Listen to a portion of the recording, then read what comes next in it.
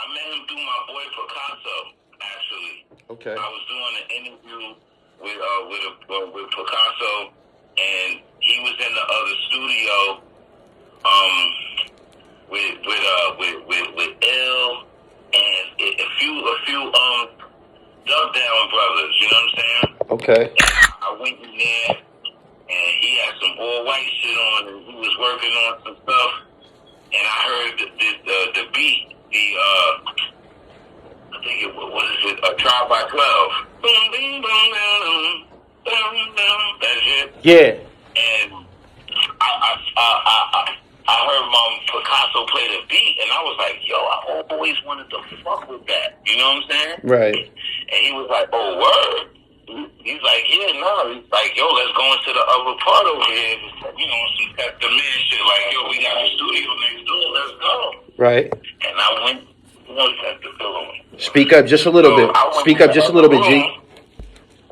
Huh? Speak up just a little bit. Oh, okay. Yeah, and I went into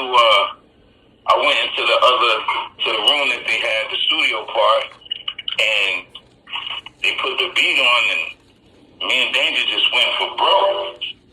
And I wound up asking them to give me the session. Mm-hmm. And I hit my boy Kels with the heat, and I was like, yo, I beatboxed the beat on WhatsApp.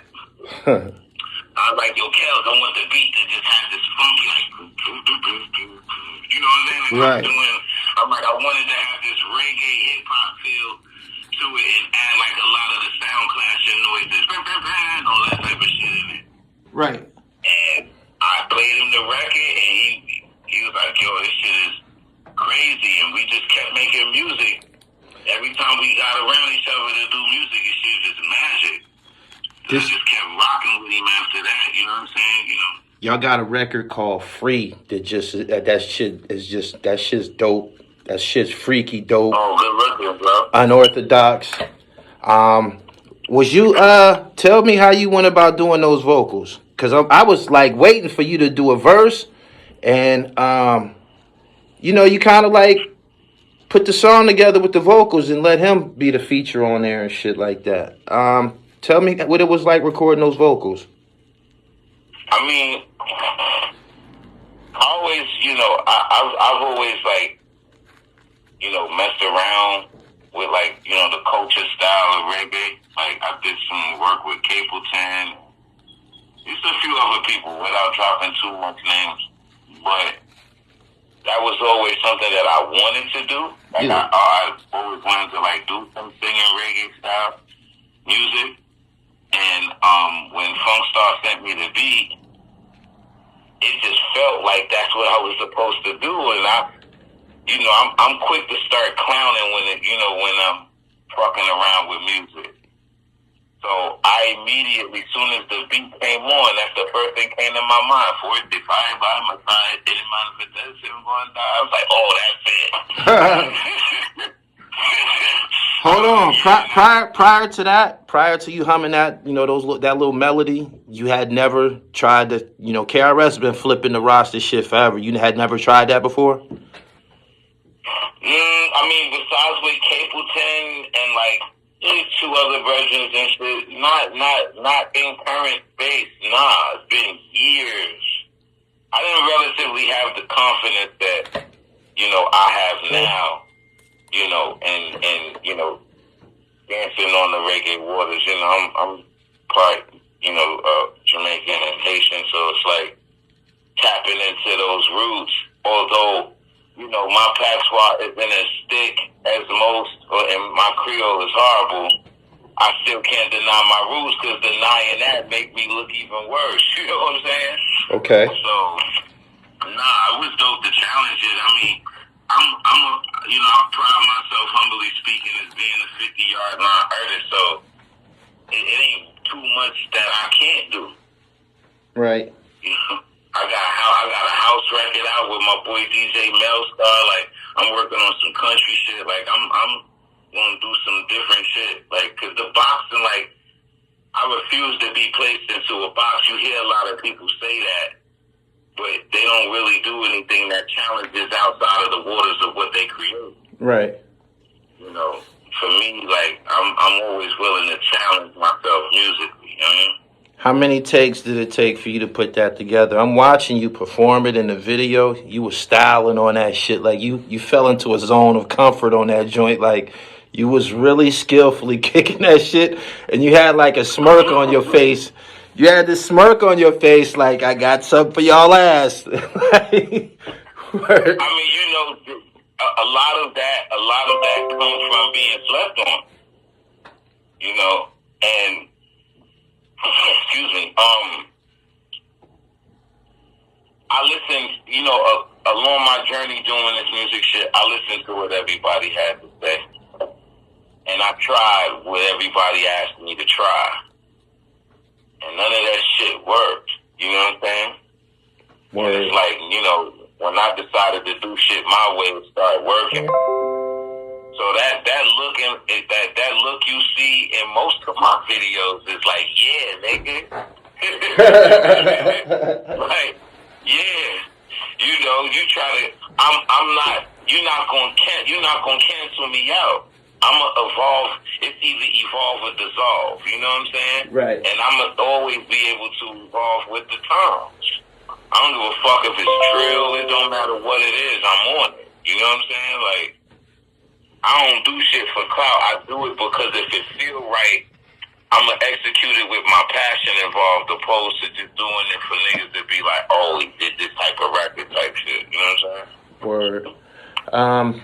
I like to start my interviews pretty, you know, organically and fluently. We never got a chance to let you introduce yourself, but I really, really appreciate the insight. And more than that, I appreciate you appearing on my platform. Go ahead and introduce yourself, beloved.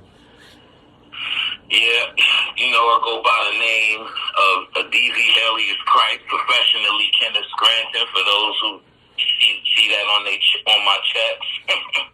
You know, I'm from Brooklyn, Brownsville. You know, never ran, never will.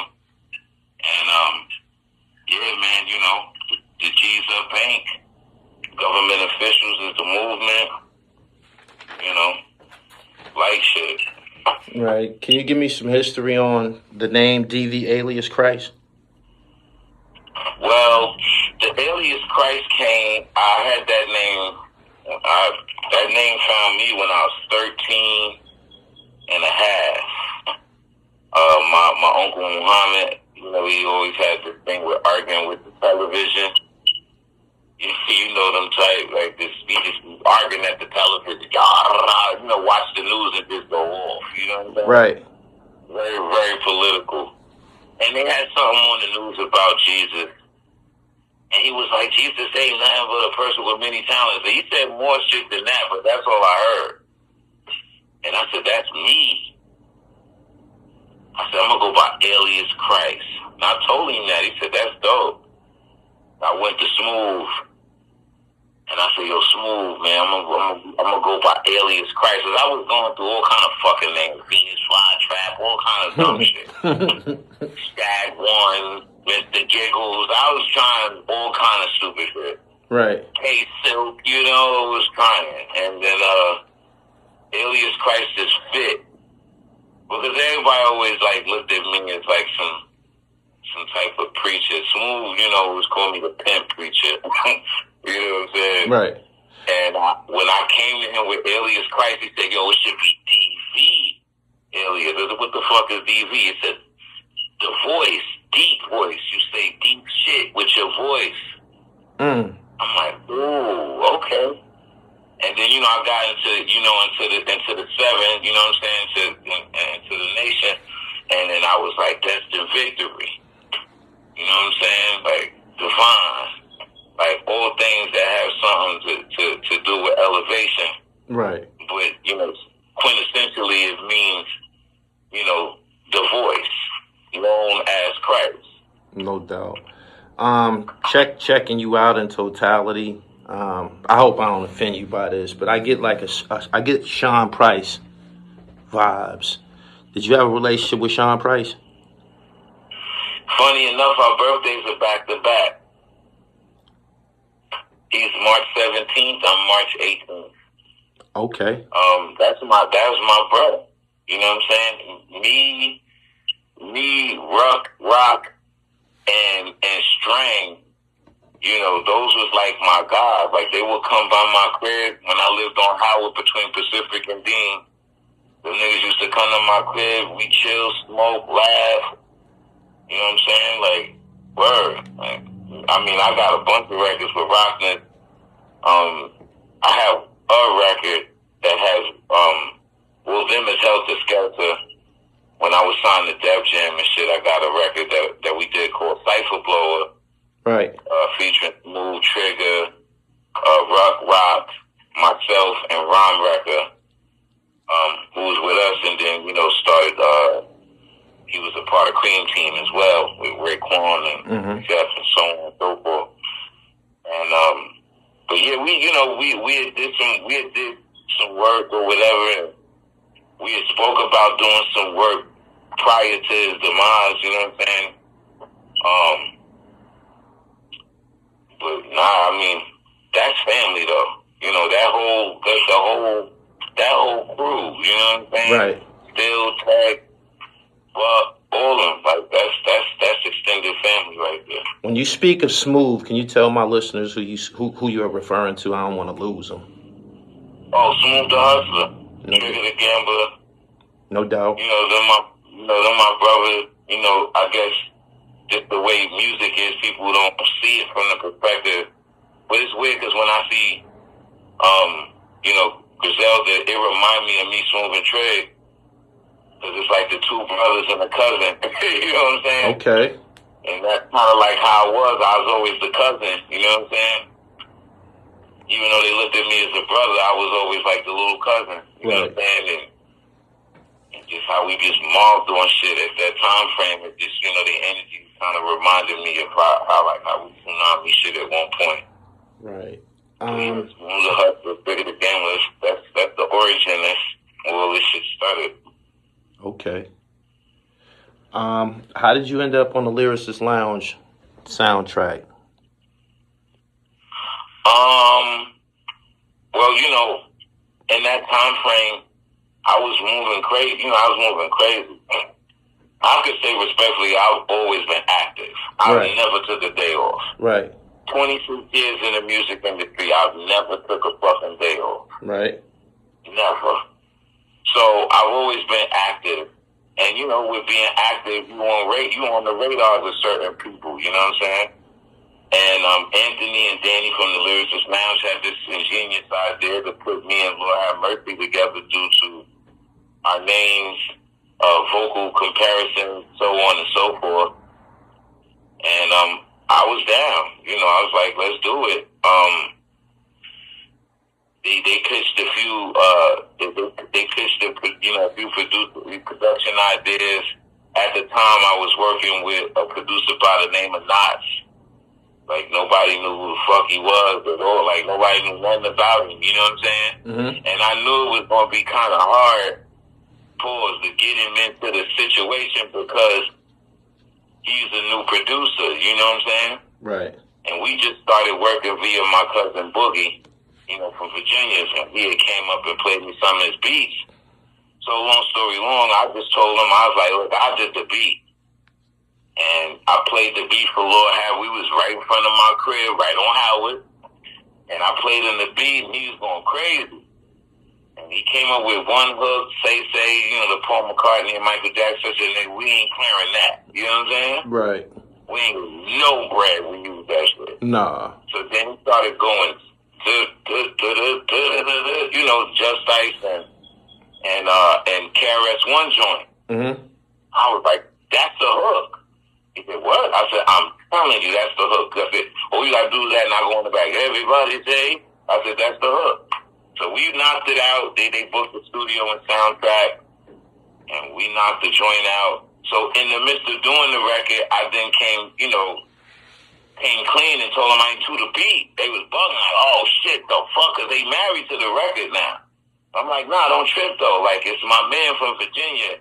I just wanted to put him on because I knew y'all wasn't going to fuck with him if he was, you know, just a regular producer. You know what I'm saying? Right. And yeah, that was it. And then Buster came walking in the studio. And he heard that shit and was like, "What the fuck is this, my nigga?" You know, he was like, "Yo, this was the craziest shit I ever heard in my fucking life, dude." You know what I'm saying? Like, he was going crazy and shit.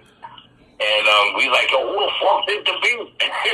And I said, "Him right there." He slumped in the seat. You know, my nigga Knox, he's quiet. You know what I'm saying? And that was it. And then next thing you know, Knox working with Lord and Lord gave Buster the first, some beats, and those are the first 3 joints on Extension Level Event 1. Yeah.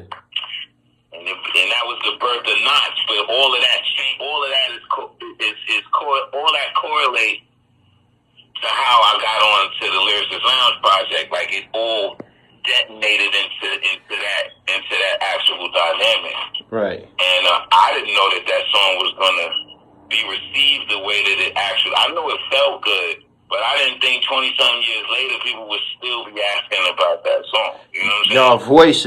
Y'all voices, man, it sound like the fucking end of the world and shit like that.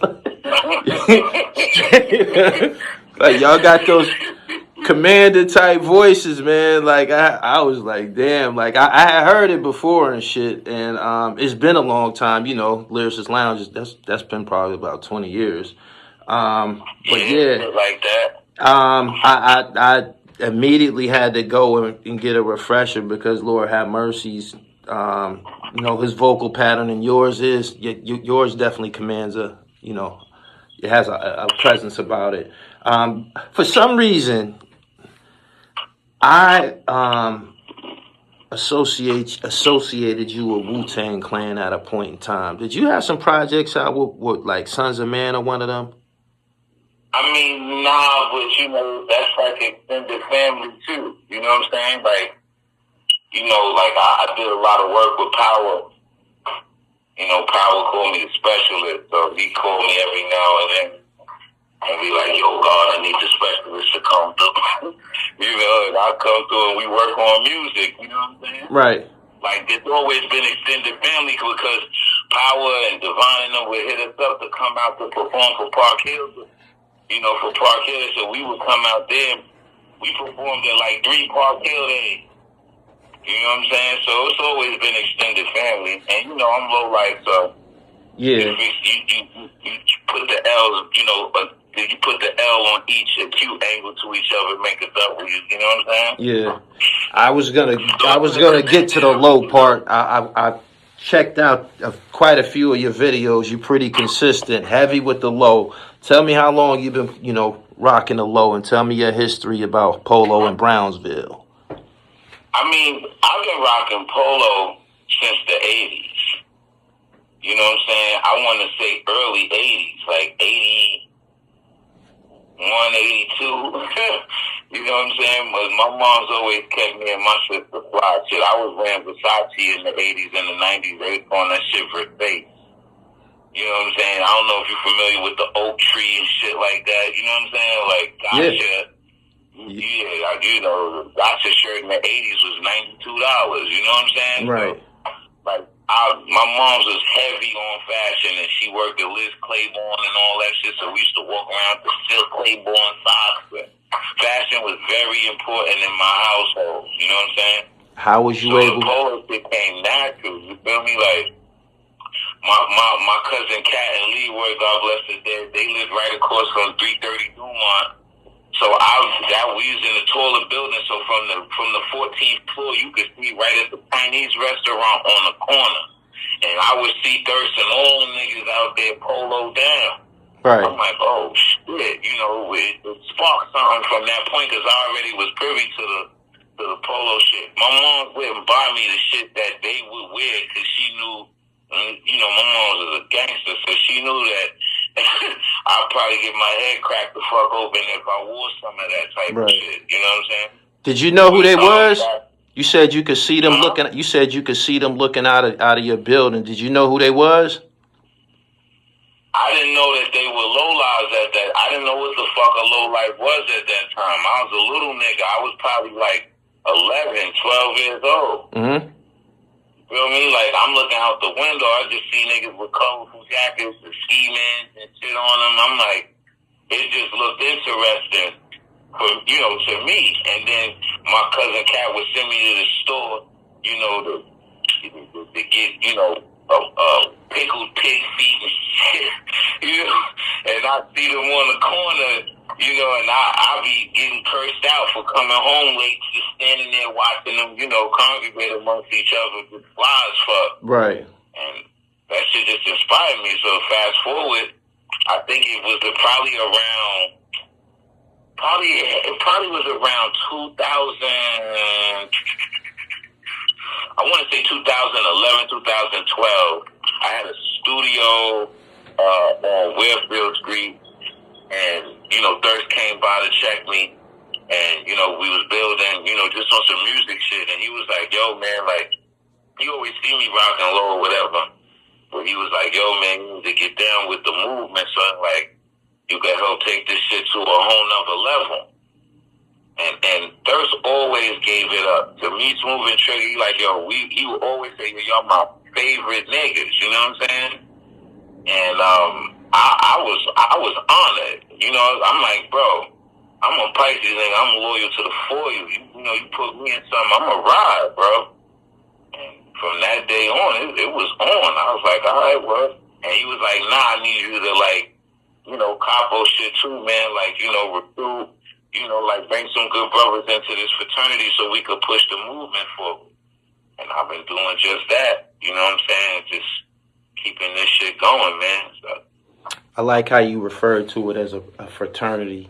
And your travels, can you recall some of the more standout guys, low life collections guys who you like, yo, he was like that? Or I heard stories about Boostin' Bill and different guys and shit, but yeah.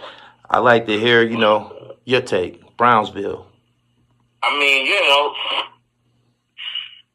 I've seen a lot of that shit firsthand, you know what I'm saying? Like, I've seen niggas, you know, running out of Macy's with, you know, with thousands of shit in their arms. I've seen all of it, you know, that it was kind of hard not to, because we Ocean Hill, Brownsville, you know, they down the hill, Brownsville, niggas, you know what I'm saying? Mm-hmm.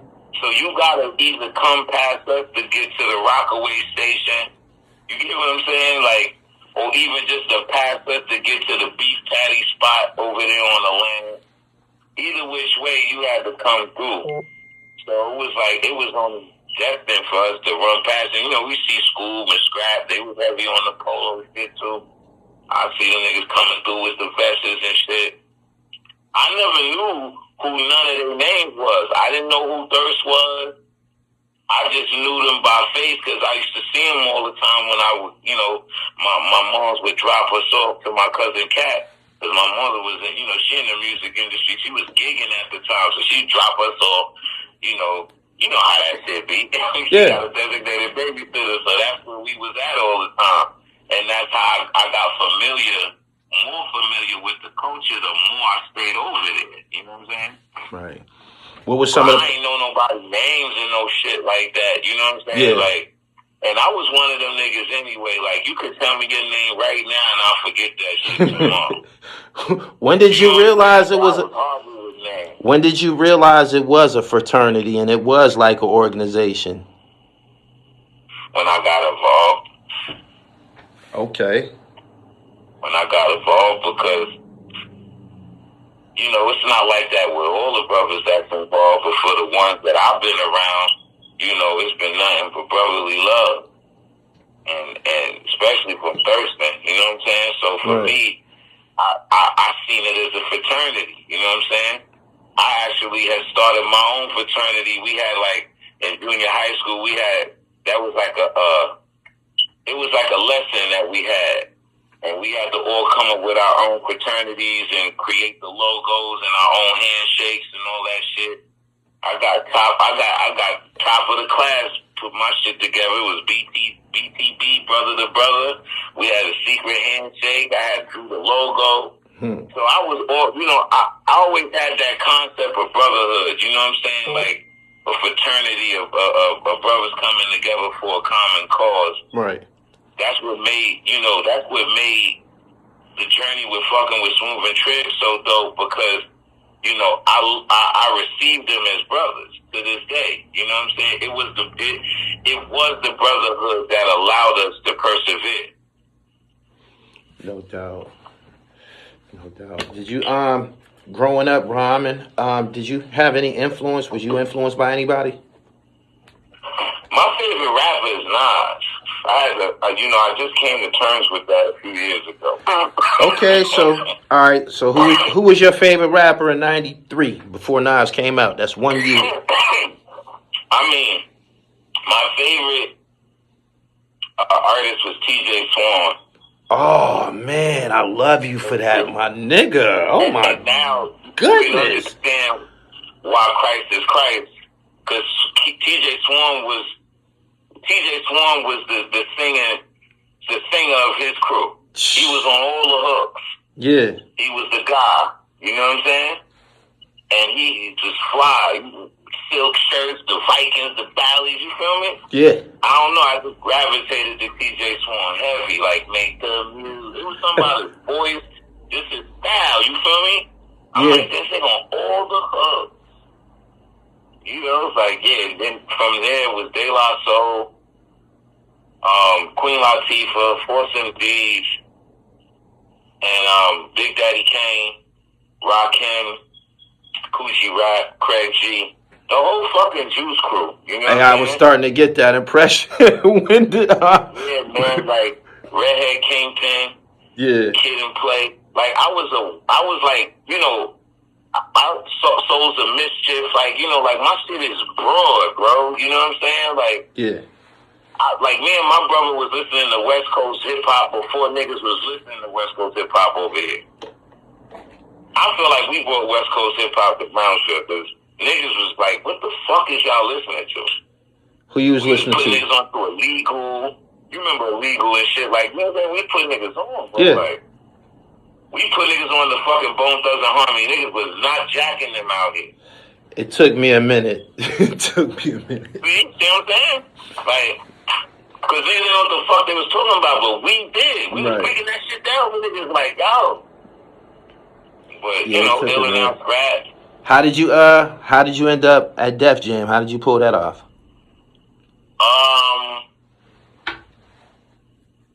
Well, okay, the long short story for that is Def Jam had heard about us from the work that we were putting in independently in the street. We were making a lot of fucking noise independently. You know what I'm saying? And Rafiq, had, at the time, I had just gotten into some shit. I was living in pink houses. I got into some shit without getting too much into detail, and I broke the fuck out, and I moved to Queens, and I was staying with my old earth for a minute, let the heat calm down on me. And I took some square jobs and shit, doing some, like, breaking up stucco and all that, from making a little $50 a week, trying to, like, leverage myself. My son just came into the earth, you know what I'm saying? So I'm trying to figure shit out. I get a page, a beep on, my beeper went off and shit, back in the days, they was the Sky Telly. My pager went off, and I looked at the number. I knew it was Rafiq. I hit him up. He was like, yo, meet us on 160 Berg Street. Trigger got a meeting with Def Jam. I ain't thinking nothing of it. I'm like, all right, cool. I told my boss at the time, he said, go ahead, do your thing. I left. I met them up there. We was in, moving it faster. So we get into the office. It was Dave Lighty, God bless his soul, Dante Ross, and Leo Cohen. They playing us the Last Days video from Onyx. Okay. I loved it because they had the polo sports shit on. I was loving that shit. So after that went off, they asked us what we thought. That was our response, and then they played our music. You know what I'm saying? Well, Trigger, but it was our music. That's how we looked at it. And song after song, it was just like monkey face. Niggas in there with the monkey face. Like, what the fuck is that? You know what I'm saying? And they stopped the music. They was like, no, this is great, man. All right, so let's give him a deal. He said, we're gonna give him 250,000. So in my mind, I'm like, shit, I'm all over this album. I'm going to eat. You know what I'm saying? So then they pointed to me. They said, well, what about him? I'm looking around like, what the fuck are they pointing at? They said, well, give him 250,000. Nigga, I ran out the office. Literally ran the fuck out the office. I went to the elevator. I'm pushing the buttons like a madman. I get downstairs. I get to the nearest fucking payphone, call my old Earth. I'm like, yo, Mom, we getting the fuck out that little ass shit. The house you seen around the corner, get it. I just got 250 lit odds. We on. Right. Said, what? I said, I'm telling you, because my mother was my manager. You know what I'm saying? Yeah. And it was on. That was it. Like, that's literally how it happened. It didn't happen overnight. Like, what? Niggas was putting in fucking work out here in these streets, pressing up our own music, fucking shooting our own videos. This is before niggas was really doing that shit out here. Like, we gave niggas, you know, I mean, coulda, woulda, shoulda, whatever, past spoken, you know, present, speaking, whatever the fuck you want to, you know, however you want to say it. But we definitely, you know, seamlessly and subconsciously was a blueprint for a lot of niggas because we was smacking the pavement. And we smacked it hard enough for this to get their attention. And I don't have any regrets being a part of that label. I feel like I was a part of history that could never be taken away from me. Right. And it was my decision to leave Def Jam, for the record. Because I be hearing a lot of goofy shit. And I'm like, my man, if you got a copy of my paperwork, I'll give you 100,000, nigga. Text me.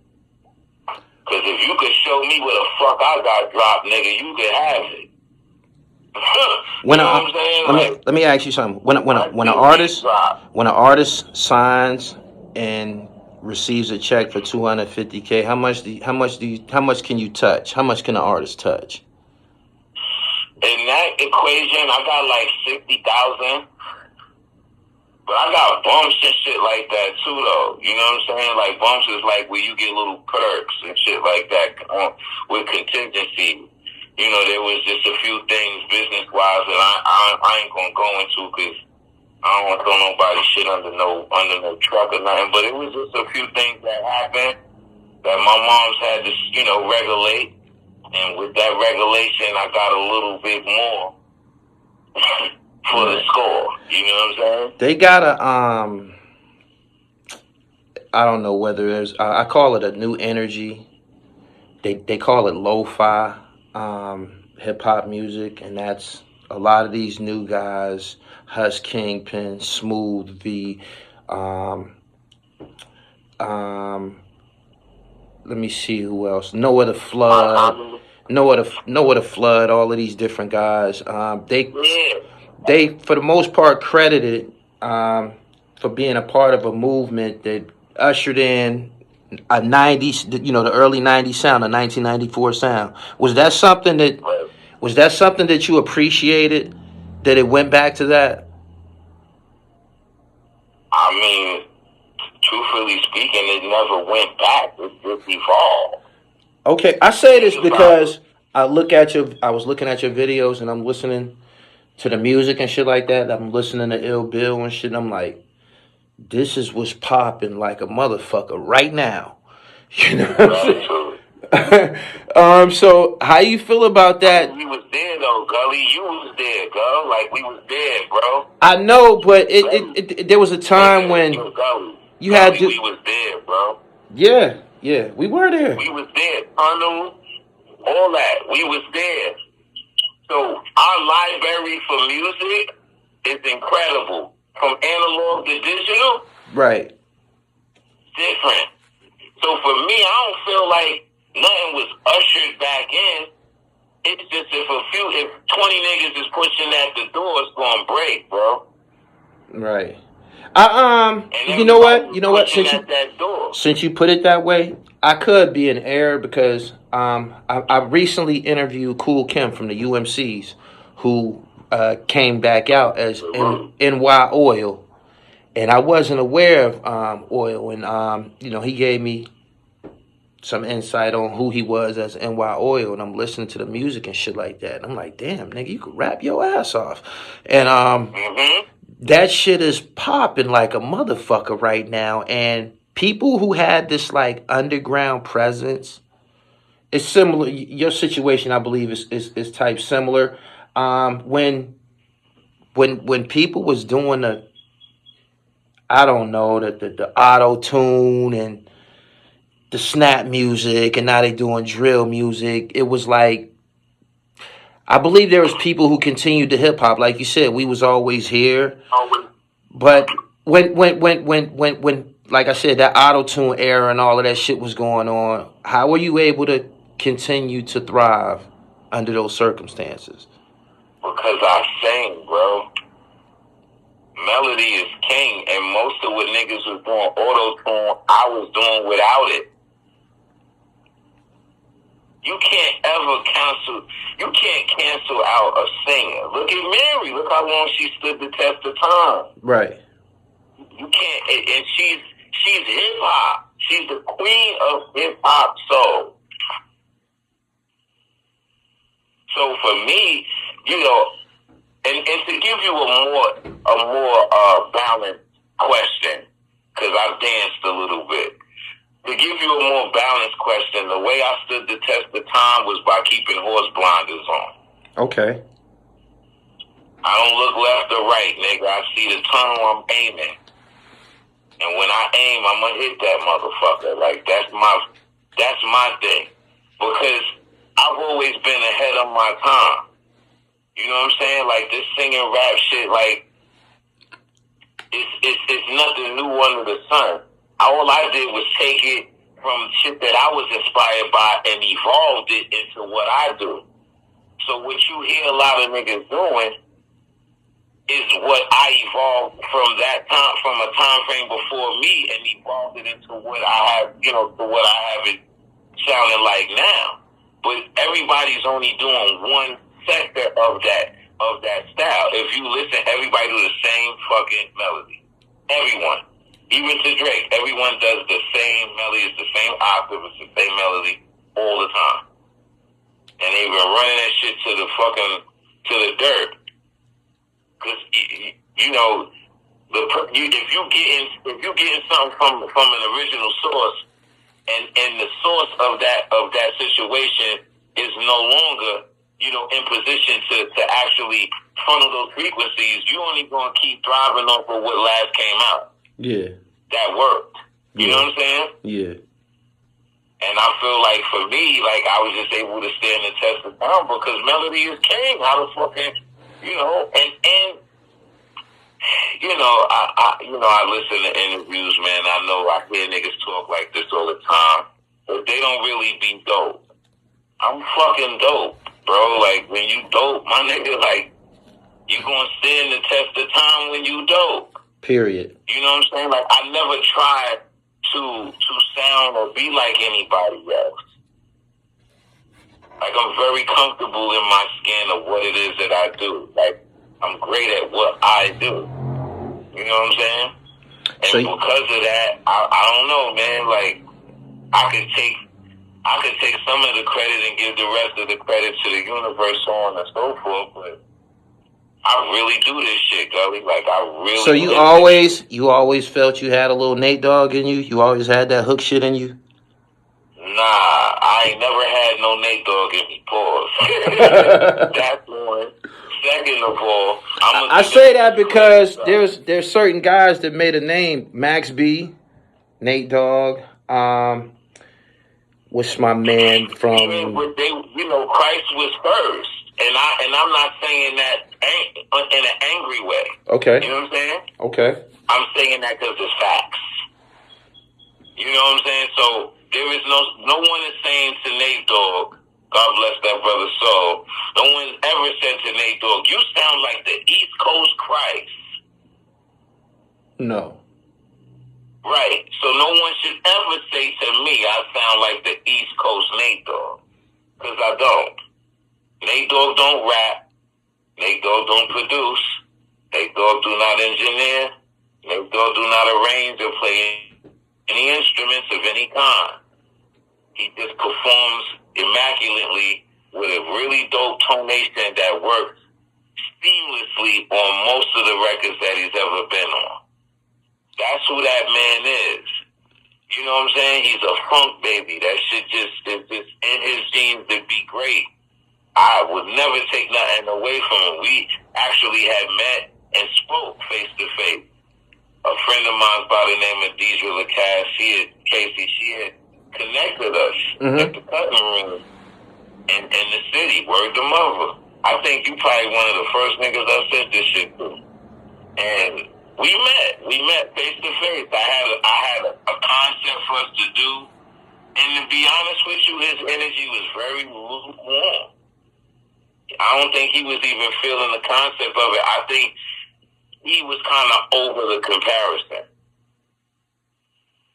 You know what I'm saying? Like, he was over that shit. Oh, you believe you believe it probably have reached him? Of course it did. Because even though I wasn't on some of the bigger records that he was on, I still was the most talked about out here.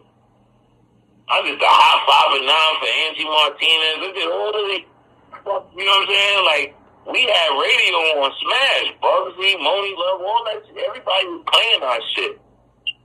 So it ain't like, you know, that's East Coast radio waves. Ain't no fucking way you ain't know about no Christ.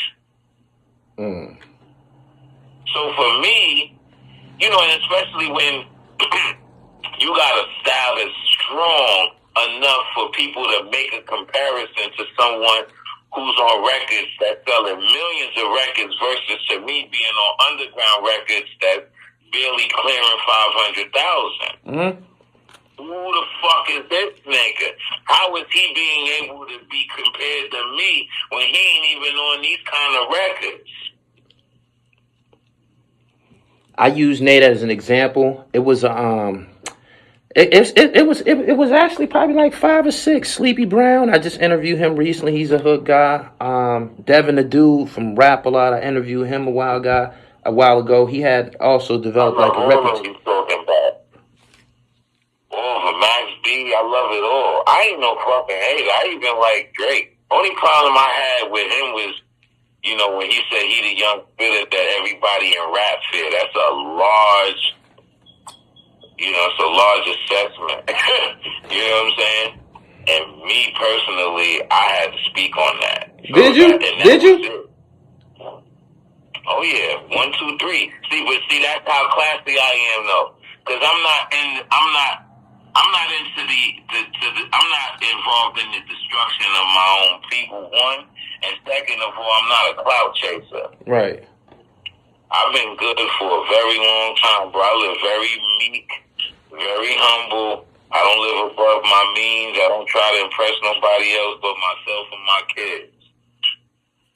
Straight up, bro. Like, as long as my kids look at me like fucking Superman, I'm Gucci. I don't give a fuck with nobody else. What's your relationship like with some of these new MCs? I believe at least 2 of the last 3 people I interviewed mentioned you in our interview. One of them probably was Vic Spencer from Chicago, and possibly Jamal Gasol. It might have been Planet Asia. I know it was one of the last 3 people. Planet Asia, me and Planet Asia got a few joints. That's the homie. It could be PA. I know out of the last 3 people I interviewed, they mentioned, at least 2 of them mentioned your name. I'm like, damn, it's funny that you said his name because I had aspirations of, you know, doing what we doing right now. What's your relationship like with some of these new MCs? I mean, I'm good with everybody. I mean, you know, it's either fam or ham, and I don't eat pork. You feel me? So, you know, I'm very neutral, just to eliminate the bullshit and too much familiarity. You know what I'm saying?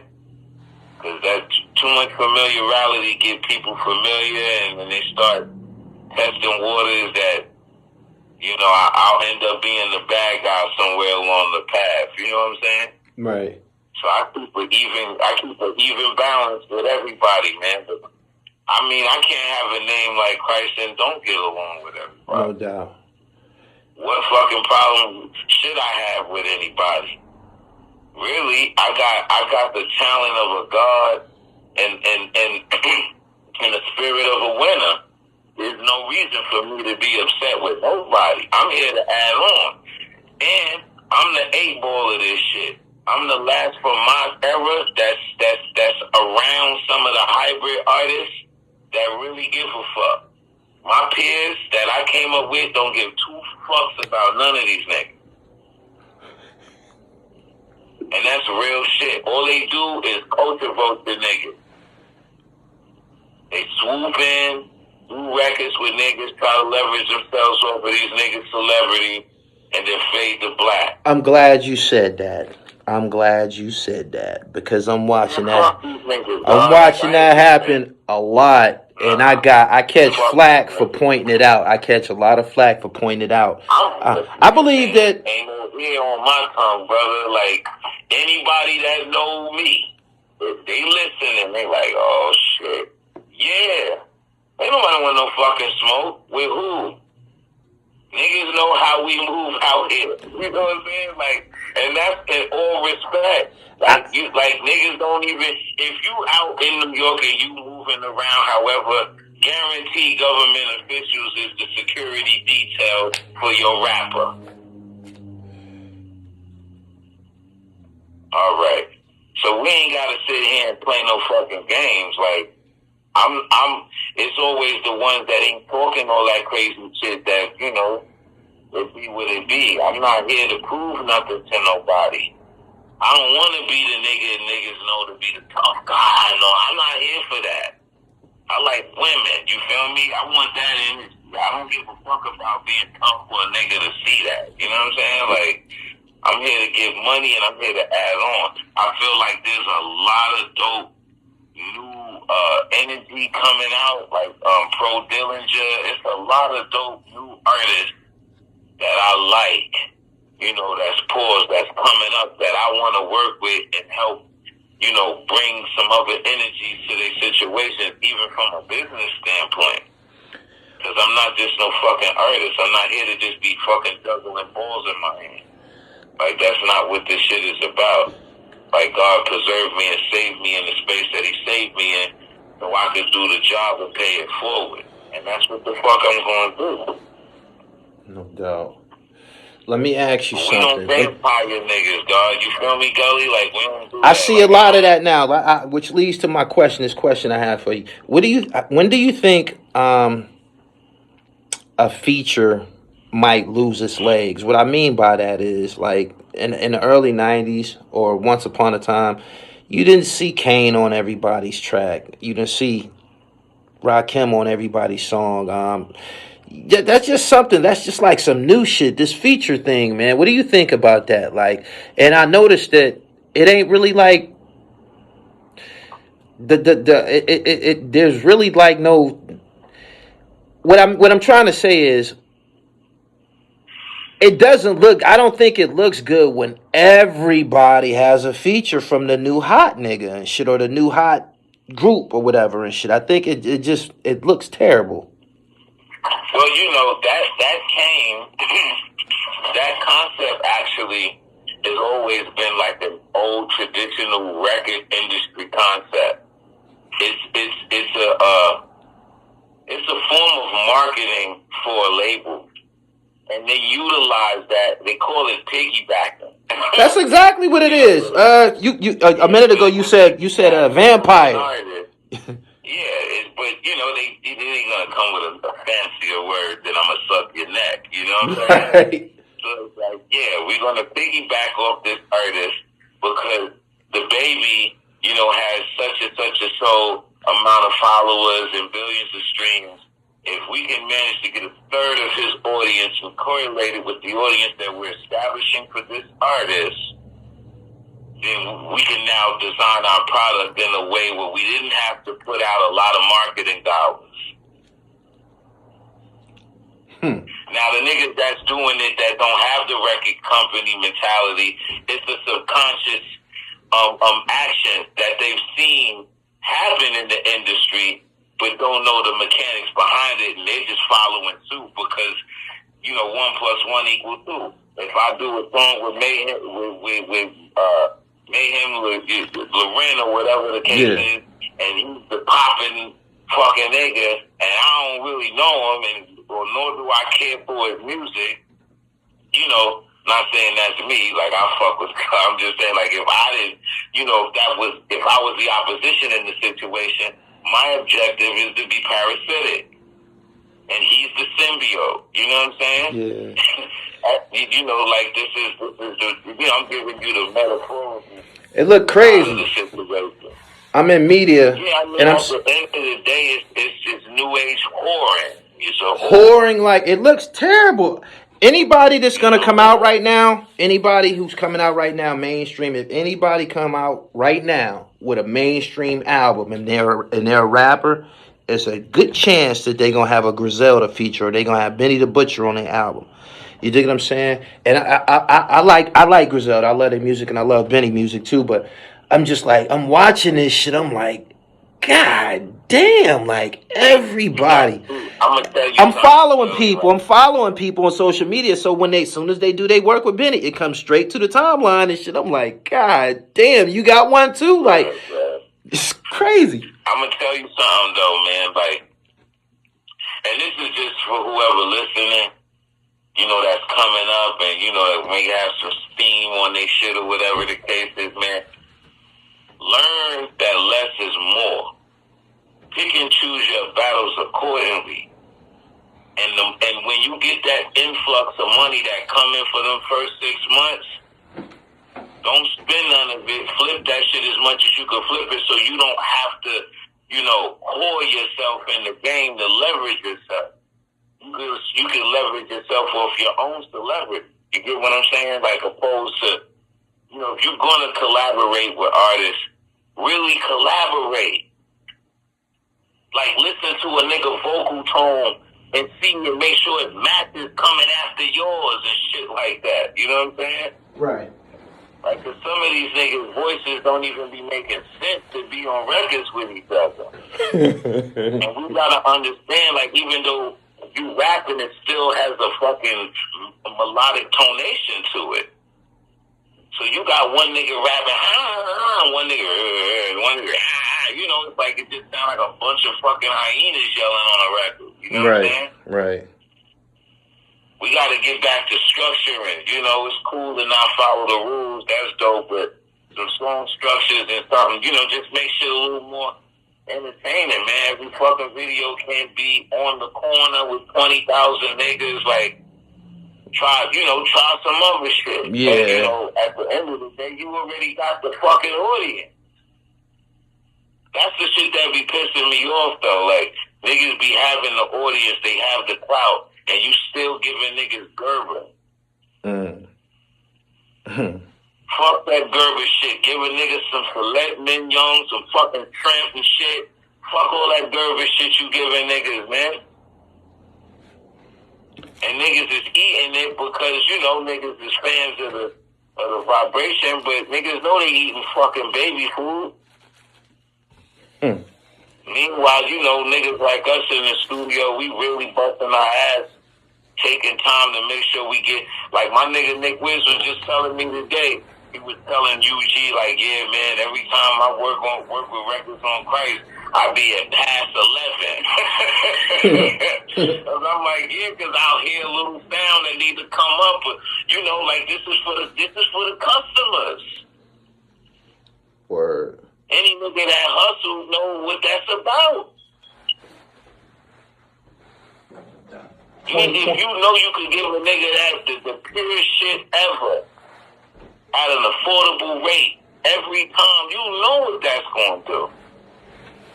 No doubt. I put a lot of fucking work into my music. I don't give a fuck how many streams and views that I actually get for what I'm putting out. I put my heart and soul into it, and I know time backwards is emit. So eventually things will start to calibrate. But you can't do fucking 10 push-ups and say, "Why I'm not Diesel." Correct. Yeah. 2021. What you got going on? And tell my listeners where they can find some of your latest projects at. I followed your YouTube account. I subscribed. See you've been putting a lot of dope visuals out, and you keep the polo on. Tell them where they can find you at it. Tell me what's going on for 2021. Well, right now, I mean, 2021 break basically over. Yeah. But you know, I got a joint out with Trice Diesel, produced by my nigga KRYST. It's called No Apology Letters. That's out right now on all streaming platforms. I just dropped a joint with me and Ill Bill called Violence and Lyricism, produced by Astro Vandalist from France. That shit is on all streaming platforms. Then and this video, the Trice Diesel video, that shit about to drop. Shout out to THRU Elite, you know, super video director, my nigga True Light Film, Brooklyn View Films, you know what I'm saying? And the next video is song that I'm gonna be dropping. I'm looking to probably drop it like December 2nd. It's called Now or Never, and it's featuring myself, Joe Pesci, and Gerald Still from Smith and Wesson. Okay. And I got a joint with Illa G. I'm gonna be dropping song like that. Cause I'm gonna drop like a lot of my feature records that I've been like just sitting on in the cut. You know what I'm saying? Just put some visuals out there and just, you know, put the gunpowder on the ground. You know what I'm saying? And then light the match to lead up to the projects I'm gonna be dropping in 2022. I got about 4 or 5 projects I'm gonna be releasing. Probably more than that, but I know solidly right now it's gonna be about 4 or 5 that I'm gonna be dropping. But I ain't stopping, bro. Like,